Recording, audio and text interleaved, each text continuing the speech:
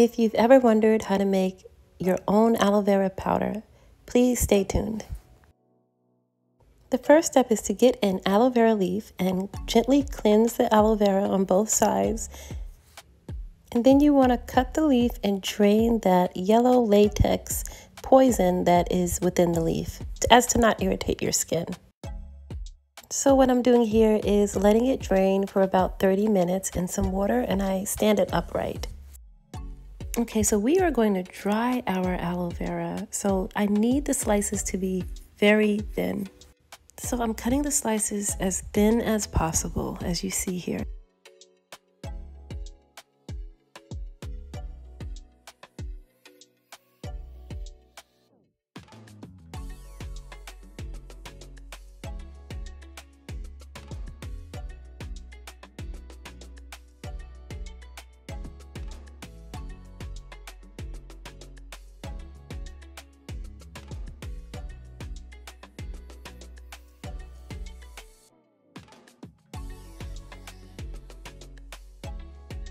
The next step is to dry our aloe vera leaves.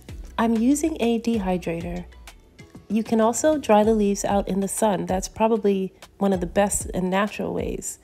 As far as using an oven, I do not recommend using an oven due to the fact that the temperature may not get as low as a dehydrator temperature. However, there are some ovens that have a dehydrator option, but if yours does not, it's best to use a dehydrator or just dry in the sun, because you don't want to destroy any of the nutrients that are within the aloe vera leaf.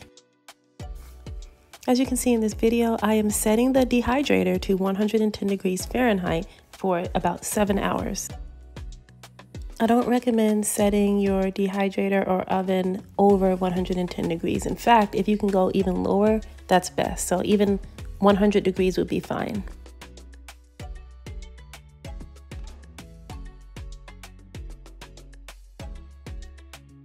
And here you see me just checking the leaves. They're still quite sticky, so it's not yet ready.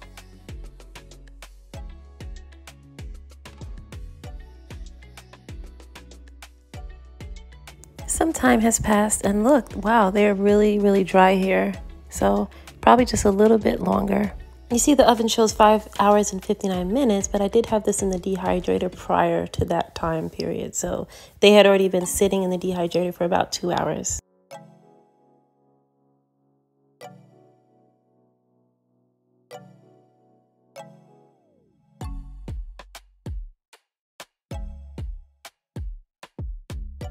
And now they are ready. It's been about 5 hours, 5.5 hours.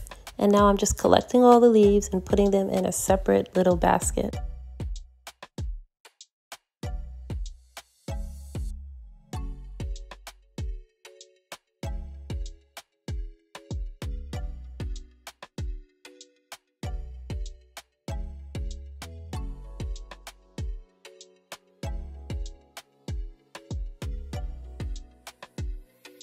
The leaves are super dry and they are ready to be blended.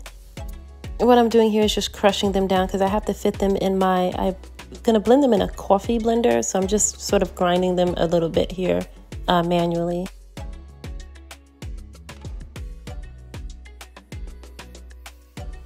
So now I'm placing them in the coffee grinder, and I probably have to see, I've broken these up a little bit more, so I had to sort of break them up.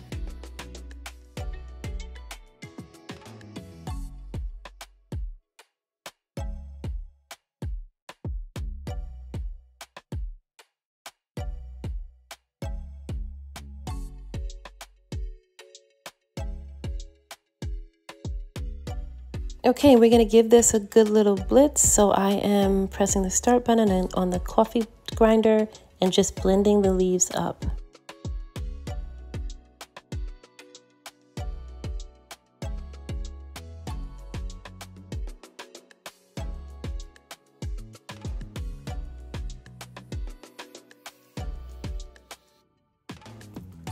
So the leaves here, they're just blending, and it looks like we're ready to take the top off. And wow, so at the very top you're going to see some of the larger granules, and at the bottom some of the more smaller powder-like granules.